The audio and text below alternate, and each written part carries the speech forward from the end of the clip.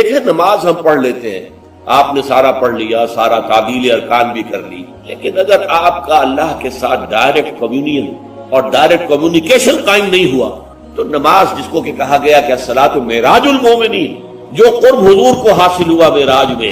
وہ ایک بندہ مومن دنیا میں رہتے ہوئے حاصل کر سکتا ہے نماز، اگر اس کی روح جو ہے واقعتاً ہم کا نام ہو رہی ہو، الحمدللہ رب العالمین الرحمن الرحیم مالک یوم الدین اہدنا الصراط المستقیم ایاک نعبد و اگر ہم واقعتاً ایسے کہہ رہے ہوں کہ ہمیں احساس ہو کہ ہم اللہ کے حضور میں حاضر ہیں اور عرض کر رہے ہیں، سجدہ کریں تو حدیث میں آتا ہے کہ ایسے محسوس ہو کہ گویا کہ میں نے اپنا سر اللہ کے قدموں میں رکھ دیا، یہ ہے نماز۔ اب جو گفتگو ہو رہی ہے یہ ہم کلامی ہے، الصلاۃ معراج المومنین، اہل ایمان کے حق میں یہ نماز جو ہے کہ معراج کے درجے، لیکن یہ نماز کیسے نصیب ہوگی اگر روح سوئی ہوئی ہے، دبی ہوئی ہے، پسی ہوئی ہے، مزمحل ہے یا مردہ ہے؟ یہ نماز کیسے حاصل ہو؟ چاہے آپ پانچوں وقت کی نماز پڑھ رہے ہو، چاہے آپ نے ہیبٹ بنا لیا ہو نماز کو، چاہے کچھ بھی ہو گیا ہو، لیکن یہ کہ جب تک وہ روح بیدار نہ ہو، جب تک ہم کلامی نہ ہو، افلاق سے آتا ہے نالوں کا جواب آخر، اٹھتے ہیں حجاب آخر، کرتے ہیں خطاب آخر، جب تک یہ نہ ہو، جیسے کہ میں ایک حدیث قدسی انشاءاللہ آج سناؤں گا سورہ فاتحہ کے ضمن میں، کہ اللہ تعالیٰ کے سامنے جب کھڑا ہو کر انسان جب کہتا ہے انی وجہت وجہی للذی فطر السماوات والارض حنیفا، دائیں بائیں سے بالکل اپنا تعلق کاٹ کر میں نے اپنا رخ کر لیا ہے اس اللہ کی طرف جس نے آسمانوں اور زمین کو پیدا کیا۔ اب یہ توجہ وجہ تو اگر یہ تو ہے چہرہ تو ہم نے کر دیا خانہ کعبہ کی طرف، اندر سے ہماری روح متوجہ نہیں ہوئی، وہ سوئی پڑی ہوئی، اسے پتہ ہی کچھ نہیں کہ کیا ہو رہا،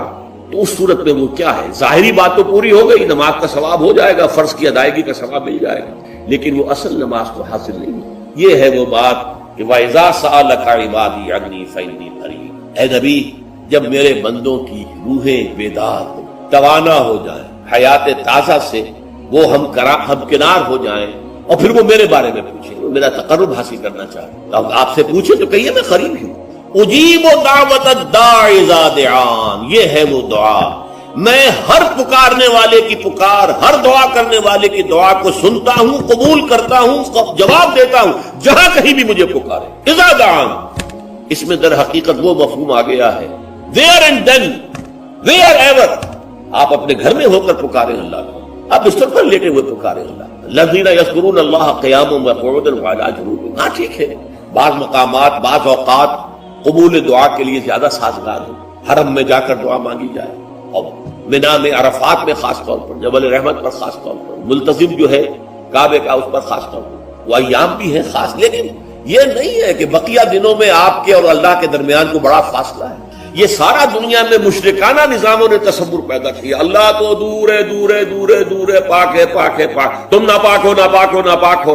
اور تم تو بڑی پستی میں پڑے ہو، تم اللہ سے براہ راست ہم کلام نہیں ہو، کوئی درمیانی چاہیے، کوئی لنکس چاہیے، کوئی پجاری ہوگا، کوئی پروہت ہوگا، کوئی پنڈت ہوگا، کوئی پیر ہوگا، کوئی پادری ہوگا، کوئی پوپ ہوگا، اس کے ذریعے سے تم اللہ سے ہم کلام ہو، خود نہیں۔ اور جب ذریعے بیچ میں آ گئے تو ان کی مٹھی گرم کرو، ان کی چاپلوسی کرو، ان کو بھی جو ہے چادریں چڑھاؤ، ان کو نذرانے پیش کرو، یہ ہے بدترین ایکسپلائٹیشن جو مذہب کے ذریعے سے نوع انسانی کی ہوئی۔ یہ دو ایکسپلائٹیشن دنیا میں ہوئی ہے تاریخ انسانی میں، ایک بادشاہوں کی طرف سے خراج دو ہمیں، محنت تم کرو گے کھیت میں، آدھا حصہ ہمارے پاس آئے گا، ہم عیش کریں گے، ہم سٹینڈنگ آرمیز رکھیں گے تاکہ ذرا تم بغاوت کرو تو تمہارا سر کچل دیا جائے، یہ ایکسپلائٹیشن بدترین۔ مانگنے والا گدا ہے، صدقہ مانگے یا خراج۔ دوسری طرف ہم بادشاہ ہیں، ہم چندر بنسی سورج بنسی خاندان ہیں، ہم راجپوت ہیں، حکومت کرنا ہمارا حق ہے، اور یہ پنڈت پروہت جو ہے وہ بھی کہیں گے کہ ٹھیک ہے نصف لی و نصف لک وہذا قوم جاہلون، یہ عوام جو ہے ان کا خون چوسو، ہمیں یہ نذرانے پیش کریں، بتوں کو آ کے چڑھاوے چڑھائیں اور تمہیں خراج دیں اور ٹیکس دیں، they are to be exploited۔ اسلام نے آ کر دونوں کا خاتمہ کیا، کوئی ملوکیت نہیں، زکوٰۃ ہے تو غربا کے لیے، بادشاہ کے لیے نہیں ہے، یہ تو غربا کے لیے، لہذا کوئی ٹیکس نہیں۔ نمبر دو، اللہ سے ہم کلام ہونے کے لیے کسی دربان، کسی جو ہے پہرے دار کی مٹھی گرم کرنے کی ضرورت نہیں، جب چاہو ہم کلام ہوگا۔ دل کے آئینے میں ہے تصویر یار، جب ذرا گردن جھکائی دیکھ لی، یہ تو تم ہماری طرف متوجہ نہیں ہوتے، ہم تو ہر وقت کہتے ہیں، ہر شب کو آخری لمحات جو ہے، آخری جو گھنٹے ہیں رات کے، سمائے دنیا تک ہم نزول فرما لیتے ہیں تمہارے لیے، اور پکارنے والا پکارتا ہے حل من مستغفر فاغفر له، ہے کوئی استغفار کرنے والا کہ میں اسے بخش دوں، حل من سائل فاعطیہ، ہے کوئی مانگنے والا کہ میں اسے عطا کروں۔ تم ہی سوئے رہتے ہو، الٹا غفیر رہتے ہو، تمہیں ہماری طرف توجہ نہیں ہے۔ اگر ہماری طرف متوجہ ہو جاؤ تو جیسے کہ اقبال نے کہا کہ میرے لیے یہ دربان جو ہے پیران کلیسا کو کلیسا سے اٹھا دو، کیوں خالق و مخلوق میں حائل رہے پر، جیسے میں نے کچھ ہوا اور مجھے معلوم ہوا کہ ایک سخت خطا ہے یہاں پر ہے، یہ پرسپشن ہے میری، کنسپشن کچھ اور ہے، تصور ذہن کے اندر نقشہ بن گیا۔ خدا کا تصور ہم قائم نہیں کر سکتے، لیکن خدا کے ساتھ ہمارا جو باطنی رشتہ ہے کہ اندر محسوس ہوتا ہے کہ ہے، جس کی مثال بھی میں نے دی تھی، بعض حضرات کے شاید علم میں نہ ہو، کہ جیسے میں اس وقت اس دیوار کو دیکھ رہا ہوں تو ایک تصور میرے ذہن میں قائم ہوا، دیوار اتنی لمبی ہے، اتنی چوڑی ہے، اتنی اونچی ہے، یہ دیوار جو ہے سفید رنگ اس پر ہوا ہے، میں نے ایک تصور قائم کر لیا۔ فرض کیجئے کہ میں اندھا ہوں، میں نہیں دیکھ سکتا، میں جاتا ہوں اور ہاتھ لگا کر دیکھتا ہوں دیوار ہے، کتنی لمبی ہے مجھے نہیں پتا، اس لیے کہ وہ کانسیپٹ تو صرف میرے اس ٹچ سے نہیں ہوئے، یہ تو ایک یک رخا، ایک ون سائیڈڈ میرا اس وقت ایک پرسپشن ہے، لیکن ہے، یہ میں جس زور سے کہوں گا ہے، دیوار ہے، تو ذات باری تعالیٰ کے لیے بس انسان کے پاس یہ ہے کہ ہے، دور بینان بارگاہ الست جس پہ این بردان کہ ہست، بس یہ ہست ہے، باقی کیا ہے کیسا ہے یہ ویسے تو ہم بہرحال مسلمان ہونے کے ناطے اللہ کو ہم مانتے ہیں اسماء و صفات کے ساتھ، تو ہم اس کی صفات کو مانتے ہیں، لیکن تجزیہ کیجئے تو صفات کے بارے میں مجھے کیا پتا ہے؟ اللہ دیکھتا ہے، کیسے دیکھتا ہے یہ تو نہیں پتا، کتنا دیکھتا ہے یہ بھی ہمیں نہیں پتا، یعنی اس کی بھی اصل حقیقت جو ہے دیکھنے کی وہ تو ہمیں نہیں معلوم۔ اللہ کی کوئی ایسی آنکھیں تو نہیں جس سے وہ دیکھتا ہو، ہمارا دیکھنا تو روشنی کا محتاج ہے، روشنی ہو تو ہم دیکھ سکیں گے، کیا اللہ کا دیکھنا بھی کسی شے کا محتاج ہے؟ قطعاً نہیں۔ تو ہم تصور کیجئے اللہ کا دیکھنا کیا ہے، کچھ نہیں معلوم، ہمیں یہ معلوم ہے وہ دیکھتا ہے، ہمیں یہ معلوم ہے علی کل شیء قدیر، قدرت کتنی ہے اس کی، قدرت کی شان کیا ہے، کیا معلوم ہے؟ تو معلوم یہ ہوا کہ صفات کے بارے میں بھی تجزیہ کریں تو ہمارے ہاتھ پلے ہے کیا، وہ سوائے اس کے کہ ہم ایک صفت اس کی ایک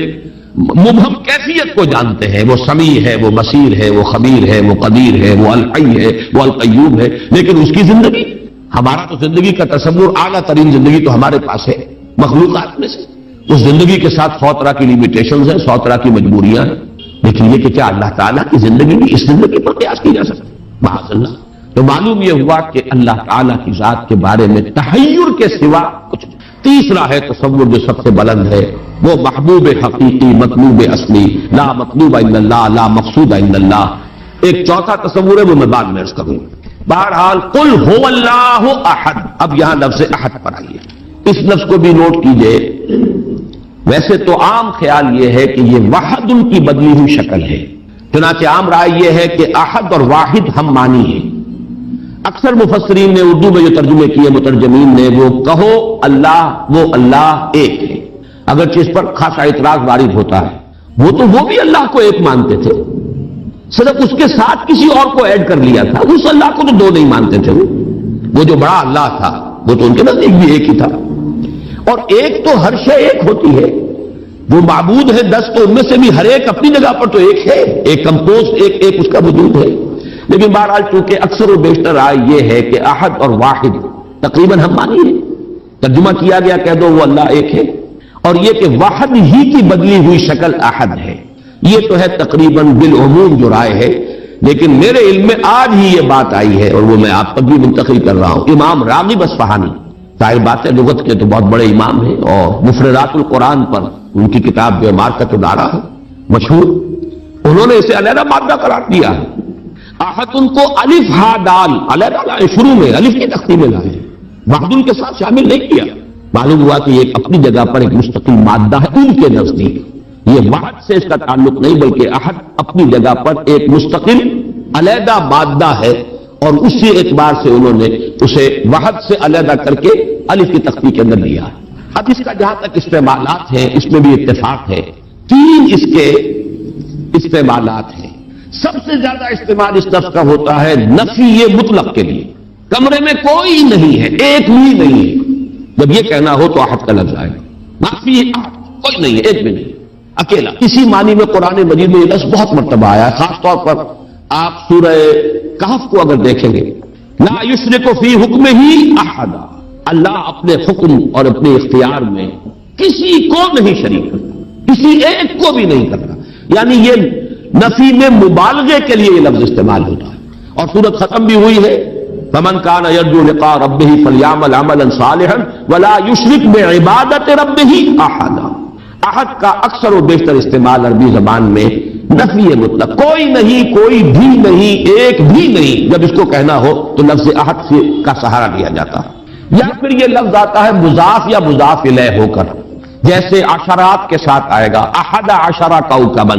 یا احد وعشرون جمع کر کے، یہ گنتی کے ساتھ یہ مضاف ہو رہا ہے. اور یا یہ کہ جیسے کہ مضاف الیہ ہوتا ہے فاما احدکما فیسقی ربہ خمرا. حضرت یوسف علیہ السلام نے فرمایا تھا ان دو نوجوان جو داخل ہوئے تھے جیل میں ان کے ساتھ، انہوں نے اپنے اپنے خواب بیان کیے، تم دو میں سے ایک، احدکم، جیسے کہ حدیث میں آتا ہے لا یؤمن احدکم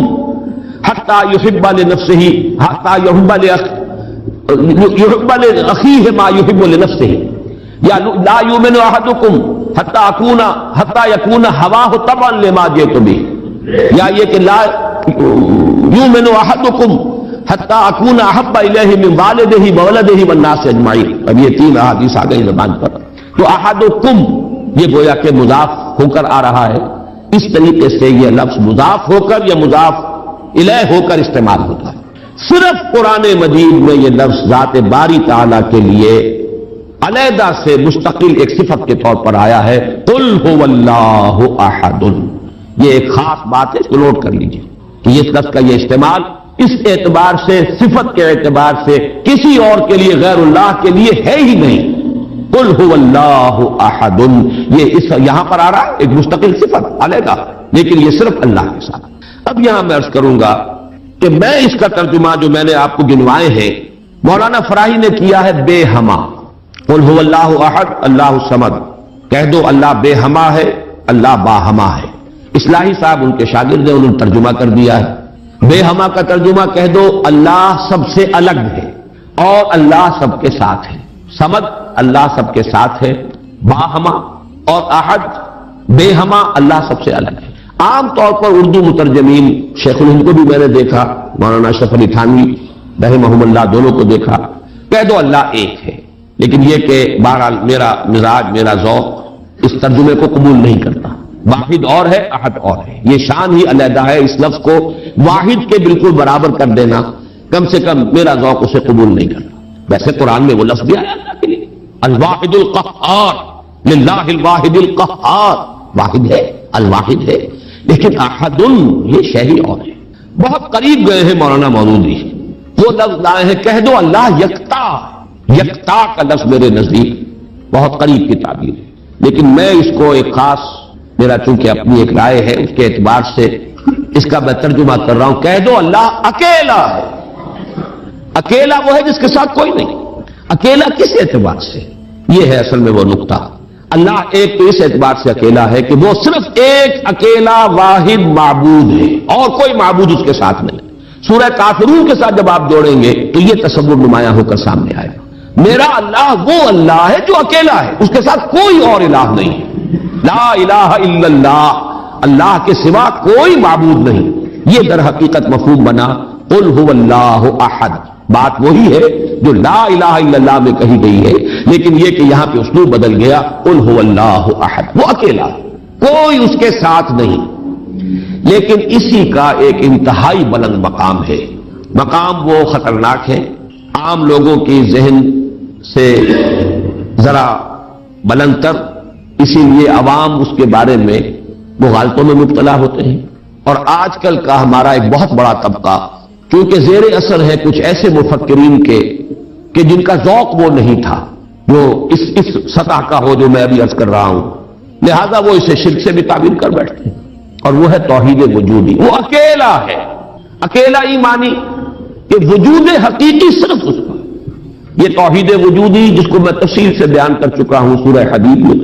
هو الاول والآخر والظاہر والباطن، وہی پہلا وہی آخر وہی ظاہر وہی باطن، وہی وہ اور کوئی ہے ہی نہیں. جو نظر آ رہے ہیں حقیقت میں نہیں ہے. کل ما فی الکون وہم او خیال اور عکوس فی المرایا او ظلال. کل جو کچھ نظر آتا ہے موجودات میں یہ وہم ہے یا خیال ہے، یا جیسے شیشے میں عکس نظر آتا ہے، آپ ادھر کھڑے ہیں ادھر بھی نظر آ رہے ہیں، وہاں تو کوئی نہیں ہے، ادھر ہے جو ہے وہ جو کوئی نہیں ہے، وہاں نظر تو آ رہا ہے۔ اور قصر فی المرایا اور ظلال، یا سایہ ہے،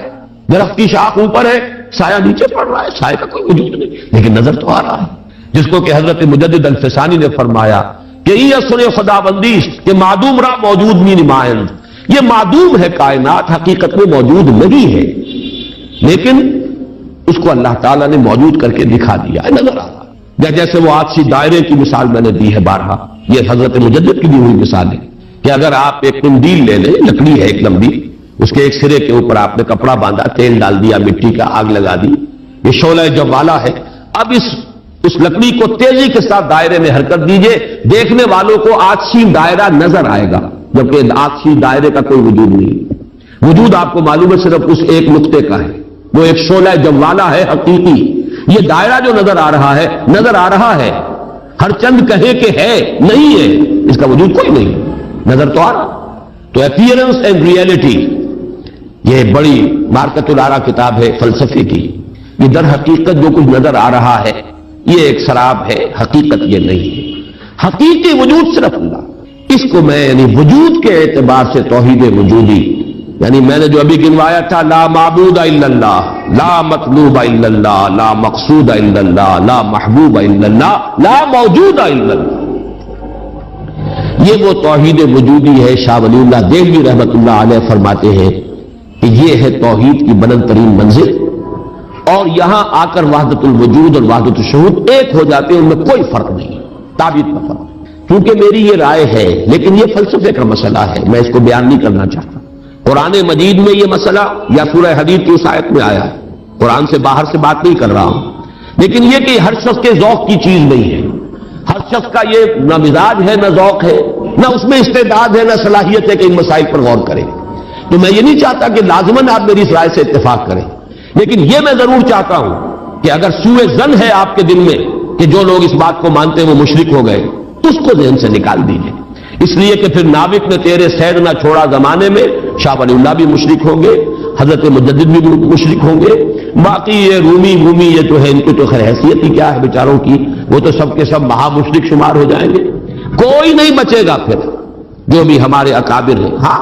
محمد ابن عبد الوہاب بچ جائیں گے، ابن تیمیہ بچ جائیں گے رحمہم اللہ، باقی یہ کہ ان کے سوا بچنے والا اور کوئی نہیں ہے۔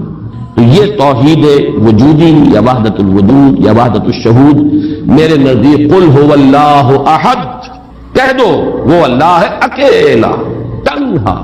مجھے وہ بار بار جب میں سوچ رہا تھا قیس جنگل میں اکیلا ہے مجھے جانے دو، ہو گزرے گی جو مل بیٹھیں گے دیوانے دو، اللہ اکیلا ہے۔ اور واقعہ یہ ہے، یہ تصور جو ہے اگرچہ بہت بلند ہے، لیکن کبھی اگر اس کے کہیں کناروں تک کوئی بھی رسائی ہو جائے انسان کی، تو اس کی جو ایک وسعت پیدا ہوتی ہے اس کے ذہن میں، اس کا مینٹل ہورائزن وہ جو اس قدر وسیع ہو جائے گا، وہ اس کا تصور وہ شخص نہیں کر سکتا کہ جس کا کوئی بھی اس کے حاشیہ خیال میں یہ بات نہ آ سکتی۔ لیکن اس کا یہ مفہوم اگر نکال لیا جائے، عام لوگوں نے یہ سمجھا اس کا مطلب ہر شے خدا ہے، اگر کوئی شے موجود نہیں جبکہ تجھ میں نہیں کوئی موجود، پھر یہ ہنگامہ ہے خدا کیا ہے؟ کچھ نہیں ہے، نہیں ہے۔ یہ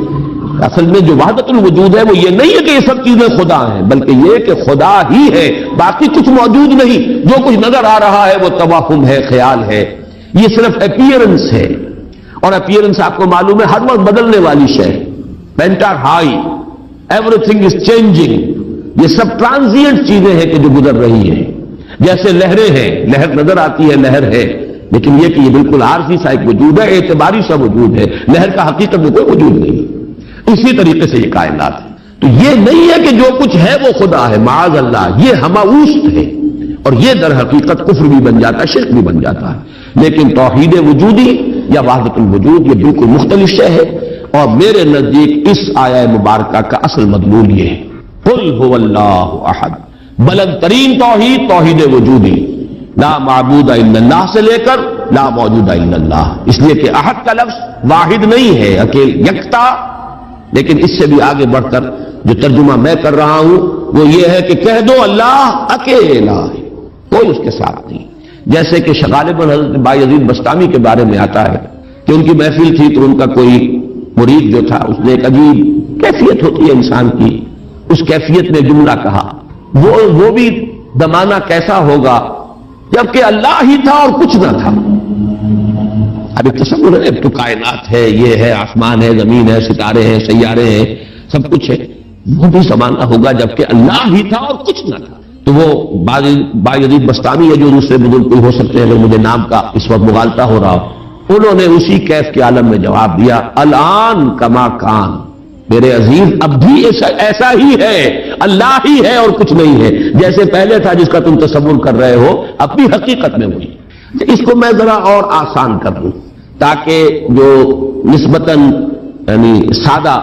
مزاج حضرات ہیں ان کی سمجھ میں بھی یہ بات آ جائے، کسی مغالطے میں مبتلا نہ ہو۔ دیکھیے جب ہم کہتے ہیں لا محبوب الا اللہ،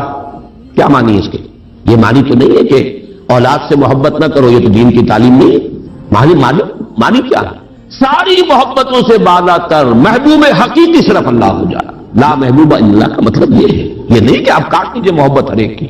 اولاد سے محبت کرو، شوہر بیوی سے محبت کرے، بیوی شوہر سے محبت کرے، وطن سے محبت کرو، بلکہ اتنی خوشخبریاں ہیں، وجبت محبتی للمتحابین فیہ، میری محبت واجب ہو گئی ان کے لیے جو میرے لیے ایک دوسرے سے محبت کرے۔ تو ایک مسلمان سے محبت کرتا ہے، ایک مومن سے محبط کرتا ہے، ایک مجاہد دوسرے مجاہد سے محبت کرتا ہے، یہ محبت تو مطلوب ہے۔ لا محبوب الا اللہ کا مطلب یہ نہیں ہے کہ ساری محبتوں کی نفی ہو گئی۔ اسی طرح جب ہم کہتے ہیں لا موجود الا اللہ، اس کا مطلب یہ نہیں کہ تمام موجودات کی نفی ہو گئی، بلکہ یہ کہ وجود حقیقی صرف اللہ کا ہے۔ یہ اعتباری وجود ہے جن کی کوئی حقیقت نہیں ہے، یہ دائمی وجود، مستقل وجود، وہ وجود جو از خود ہے، باخود ہے، خود بخود ہے، جسے کسی نے وجود نہیں عطا کیا، جس کا وجود ایسا نہیں ہے کہ کبھی شروع ہوا اور کبھی ختم ہو جائے، وہ وجود حقیقی صرف اللہ ہے۔ اب اس میں تو کوئی اشکال نہیں رہے گا، اس معنی میں اگر کہا جائے لا موجود الا اللہ تو ہر شخص کہے گا۔ اس کی ایک اور مثال میں آپ کو دے دوں، دعا استخارہ میں حضور فرماتے ہیں فَإِنَّكَ تَعْلَمُ وَلَا أَعْلَمُ وَتَقْدِرُ وَلَا أَقْدِرُ، اے اللہ میں تجھی سے استخارہ کر رہا ہوں، استخیرُکَ بِعِلْمِکَ وَأَسْتَقْدِرُکَ بِقُدْرَتِکَ وَأَسْأَلُکَ مِنْ فَضْلِکَ الْعَظِیمِ فَإِنَّكَ تَقْدِرُ وَلَا أَقْدِرُ وَتَعْلَمُ وَلَا أَعْلَمُ، تو جانتا ہے میں نہیں جانتا، تو قدرت رکھتا ہے مجھے کوئی قدرت حاصل نہیں، تو کیا کوئی قدرت حاصل نہیں تھی؟ کیا کچھ علم حاصل نہیں تھا؟ یہ بمقابلہ علم خداوندی، بمقابلہ قدرت خداوندی کل موجودات کی قدرت اور ان کی نفی مطلق ہو جائے گی، کوئی علم نہیں۔ یہی بات یہاں کہہ دیجیے، کوئی وجود نہیں ہے، وجود حقیقی صرف اللہ۔ بہرحال یہ تمام تصورات ان کی تعبیرات ہیں، تعبیرات میں ذرا سخت سے سختر مقامات بھی آ جاتے ہیں، مشکل سے مشکل تر مقامات بھی آ جاتے ہیں، میں اس کی تفصیل میں اس وقت نہیں جا رہا، لیکن میرے نزدیک اس سورہ مبارکہ کی پہلی آیت اس عظیم ترین سطح پر توحید کو بیان کر رہی ہے، اور یہ جیسا کہ میں نے عرض کیا تھا جب تک یہ بات سامنے نہ آئے، چار اعتبارات سے کس طریقے سے توحید کے بیان کو اس صورت نے سمو لیا اپنے اندر اور جمع کر لیا ہے، تبھی اس کی وہ عظمت ہے کہ ثلث قرآن کے مساوی یہ صورت ہے، تبھی اس سے صحابہ کی وہ محبت کا راز جو ہے وہ کھلتا ہے کہ کیوں ہے، ایسے ہی نہیں ہے۔ قل هو اللہ احد، کہہ دو وہ اللہ ہے، میرا معبود جسے میں پوچھتا ہوں وہ اللہ ہے، لیکن وہ اللہ نہیں جسے تم پکار رہے، وہ اللہ جو اکیلا ہے، تنہا۔ اللہ الصمد، جیسا کہ میں عرض کر چکا ہوں صمد کا لفظ قرآن مجید میں ایک ہی مرتبہ ہے، اور اس کے مفہوم کو بھی دو معنی سے بیان کیا گیا ہے۔ ایک تو چونکہ ایک مرفوع روایت بھی امام راضی لے کر آئے ہیں، روی عن ابن عباس رضی اللہ تعالی عنہما، کہ حضور سے پوچھا گیا اللہ کا صمد ہونا کیا معنی ہے اس کے، تو آپ نے فرمایا هو السید الذی یصمد الیہ فی الحوائج، اصل میں یہ صمد جو ہے عربی زبان میں یہ ہوتا تھا کسی چٹان، مضبوط چٹان کی طرف جس کو پشت پر رکھ لیا جائے تو دشمن سے مقابلے میں انسان کو سہولت ہوتی ہے۔ اگر آپ جیسے کہ وہ حضرت عمر کا بھی واقعہ بیان ہوتا ہے، بعض حضرات تو اس کو نہیں مانتے لیکن اکثر لوگ مانتے ہیں کہ مسجد نبوی میں خطبہ دے رہے تھے حضرت عمر، اور اس وقت شام کے ایک محاذ پر جنگ بھی ہو رہی تھی، اس وقت حضرت ساریہ جو امیر الجیش تھے وہ کوئی غلطی کر رہے تھے، اسٹریٹجک مسٹیک ہو رہی تھی کہ انہوں نے پوزیشن ایسی لے لی تھی کہ جو غلط تھی جنگی تدبیر کے اعتبار سے، تو حضرت عمر نے وہی اللہ نے کہیں دکھا دیا، اللہ کو قدرت حاصل ہے وہ دکھا دے۔ آج ٹیلی ویژن سے آپ دیکھ سکتے ہیں تو اللہ تعالیٰ بغیر ٹیلی ویژن کے آج سے 1400 برس قبل دکھا سکتا تھا، انہونی بات نہیں ہے کہ وہ نقشہ سامنے آ گیا، جیسے حضور فرماتے ہیں جب آپ سفر معراج سے واپس آئے جب سوال کیے لوگوں نے، اچھا آپ مسجد اقصی میں گئے تھے، وہاں گئے تھے، وہاں کتنی کھڑکیاں ہیں، کتنی کڑیاں ہیں، کیا ہے؟ تو اب حضور ایک دفعہ چونکے کہ اب یہ میں نے کوئی کھڑکیاں تو نہیں گنی وہاں پر، لیکن یہ کہ اگر مجمع میں آپ نہ بتا سکتے تو تالیاں پڑ جاتی۔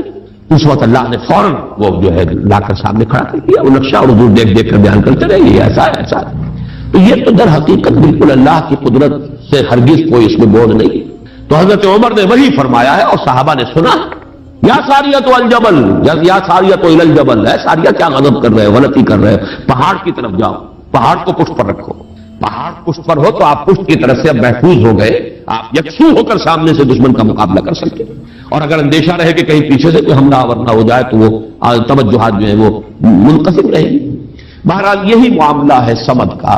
وہ ہستی جس کی طرف رجوع کیا جائے، جس کو پناہ گاہ سمجھا جائے، جس کی طرف اپنی مشکلات کے اندر رجوع کیا جائے، اور اس اعتبار سے پھر وہی مطلوب بن جاتا ہے، وہی مقصود بن جاتا ہے، وہی محبوب بن جاتا ہے، اسی کی عزت کی جاتی ہے، اسی کی تکریم ہوگی، اسی کا اعزاز ہوگا، اس کے سامنے انسان جو ہے وہ اپنے آپ کو جھکائے گا، جس بڑے بڑے سردار۔ تو یہ سمد جو ہے اس معنی میں، اور ایک سمد وہ شے ہے جس کو کھوکھلی نہ ہو، لا جوف لہو، بہت مضبوط اپنی جگہ پر توانا چٹان۔ ایک تو وہ چٹان ہے جو کھوکھلی ہے، لیکن یہ کہ ایک چٹان وہ ہے جو مضبوط اور بالکل سالڈ چٹان ہے۔ ان دونوں اعتبارات سے اللہ الصمد کا ترجمہ اب مولانا فراہی، مولانا اصلاحی صاحب کا تو یہ ہوا کہ اللہ تعالی باہما ہے، ذات میں بے ہما، کسی سے اس کا کوئی تعلق نہیں، یکتا بلکہ اکیلا، لیکن یہ نہیں ہے کہ مخلوق سے منقطع ہے، مر گئے ہم انہیں خبر نہ ہوئی، یا یہ ہے کہ مخلوق کی دعائیں نہ سنتا ہو، مخلوق کی حاجت روائی نہ کرتا ہو، نہیں، سب کا ملجا وہی ہے، سب کا ماوا وہی ہے، سب کے لیے پناہ گاہ وہی ہے، سب کی حاجت روائی کرنے والا وہی ہے، تو وہ اللہ صمد ہے۔ یہ دو احد اور صمد جو ہے اس میں جڑ کر اصل میں اسی طریقے سے تصور کو مکمل کیا ہے، جیسا کہ آیت الکرسی میں اللہ لا الہ الا ہو الحی القیوم، الحی اور القیوم، الحی از خود زندہ، زندہ جاوید، اور قیوم باقی پوری کائنات کو تھامے ہوئے، سنبھالے ہوئے، پوری موجودات کا یہ سارا سلسلہ یہ محتاج ہے اللہ کا۔ اس کی میں نے پہلے بیان کی ہے، بہترین تمثیل وہ ہے جو مولانا مناظر حسن گیلانی رحمۃ اللہ علیہ نے دی ہے، ربط الحادث بالقدیم کی مثال۔ اللہ کی ذات اور اس کائنات کے درمیان ربط اور تعلق کیا ہے؟ انہوں نے مثال دی ہے کہ آپ اپنے ذہن میں نقشہ قائم کیجئے، تاج محل کا نقشہ، جس نے تاج محل دیکھا ہو، چلیے آپ نے مینار پاکستان دیکھا، مینار پاکستان کا تصور کیجئے، ذہن میں نقشہ قائم کیجئے۔ یہ ذہن میں جو نقشہ قائم ہوا ہے، آپ اس کے اوپر بھی ہیں، باہر بھی ہیں، اندر بھی ہے، پیچھے بھی ہے، نیچے بھی ہے، آپ ہی آپ ہیں، وہ تو اس کا وجود ہی کوئی نہیں، لیکن ہے ذہن کے اندر ایک تصور قائم ہے اس وقت، اور یہ تصور اسی وقت تک قائم رہے گا جب تک کہ آپ کے ذہن کا ارتکاز ہے، توجہ اس پر ہے، توجہ ہٹی نہیں کہ اس کا کوئی وجود ہے ہی نہیں، وجود ختم۔ بالکل یہی معاملہ اس کائنات کا، یہ سارا سلسلہ اس کا قیوم اللہ ہے، تھامے ہوئے، اسی کی توجہ، اسی کی عنایت، اسی کی ربوبیت، اسی کی خبرگیری، اسی کی تدبیر، یہ سب اس کو تھامے ہوئے۔ تو اپنی ذات میں الحی، کائنات کے لیے القیوم، اسی طرح اپنی ذات میں الاحد، اکیلا، تنہا، بے ہما، اور پوری کائنات اور جملہ موجودات کے لیے الصمد، اسی کی طرف رجوع، اسی کی طرف توجہ، وہی مطلوب، وہی مقصود، وہی محبوب، وہی حاجت روا، وہی مشکل کشا۔ اس اعتبار سے اس میں توحید عملیہ، اسی سے مانگو، اسی سے پناہ طلب کرو، اسی کی طرف توجہ کرو، انی وجہت وجہی للذی فطر السماوات والارض، اسی سے لو لگاؤ، اسی سے حاجت روائی کے لیے سوال کرو، اسی کے سامنے مشکلات پیش کرو، یہ تب جو ہے پھر اسی کی عبادت کرو، اسی کی اطاعت کرو، اسی کی بندگی کرو، اسی کی توقیر کرو، اسی کی تعظیم کرو۔ یہ تمام چیزیں کہ جو عمل میں آ جائیں گی وہ توحید وجودی، یہ توحید عملی۔ قل هو اللہ احد اللہ الصمد۔ تیسری آیت میں ہے توحید ذاتی، لم یلد ولم یولد۔ میں شرک کے مختلف اقسام کے ضمن میں جو 6 کیسٹ ہیں، اللہ کا شکر ہے بہت دنیا میں عام ہوئے ہیں، اس میں یہ تقسیم بیان کر چکا ہوں، شرک فی الذات، شرک فی الصفات، اور شرک فی العمل یا شرک فی الحقوق، یہ 3 شرک ہیں۔ شرک فی العبادت یہ تیسری جو نوعیت ہے اس کے لیے شرک فی الحقوق بھی کہا جا سکتا ہے، اسی کا حق ہے کہ اس کی عبادت کی جائے، اور اسی کو شرک عملی بھی کہہ سکتے ہیں۔ بہرحال شرک عملی کی جڑ کاٹ دی اللہ الصمد۔ پہلا جو توحید کا درجہ ہے بہت بلند ہے، بہت اونچا ہے، یہ حکما اور فلاسفہ کی بھی چوٹی کے لوگ، جہاں حکمت اور تصوف دونوں چیزیں جا کر جڑ جاتی ہیں، وہ ایک مقام ہے۔ خالص فلسفہ بھی انسان کو کہیں نہیں لے کے جاتا، اور عقل اور فکر کی بلندی نہ ہو تو تصوف بھی محض نفسیاتی ریاضتیں بن کر رہ جاتی ہیں، سائیکولوجیکل ایکسرسائز کے سوا کچھ نہیں رہتا۔ اصل تصوف جس کا میں قائل ہوں وہ ہے کہ جو فکر اور فلسفے کی بھی انتہا ہو، اور پھر اس کے ساتھ یہ جو اللہ کے ساتھ انسان کا قلبی ذہن اور قلب دونوں کے اتحاد کے ساتھ اللہ کے ساتھ ایک رابطہ ہے۔ بہرحال تو یہاں جو تیسرا شرک ہے اور جو ہمارے اس شرک کے بیان میں آتا ہے نمبر 1 پر، بدترین شرک فی الذات، اس کی بدترین صورت فلسفیانہ صورت تو وہ ہے ہماؤس، اللہ ہی نے اس کائنات کا روپ دھار لیا ہے، برف تھا پگھل کر پانی بن گیا، اللہ تھا اس نے ہی اس کائنات کا روپ دھار لیا۔ اب اللہ کہاں ہے؟ یہی کائنات اللہ ہے۔ اللہ پانی تھا وہی تو بھاپ بن گیا، اب پانی کہاں ہے؟ یہ بھاپ ہی تو پانی ہے۔ ایک یہ شکل ہے، یہ بدترین صورت ہے شرک فی الذات کی، یہ ہے وہ ہماؤس،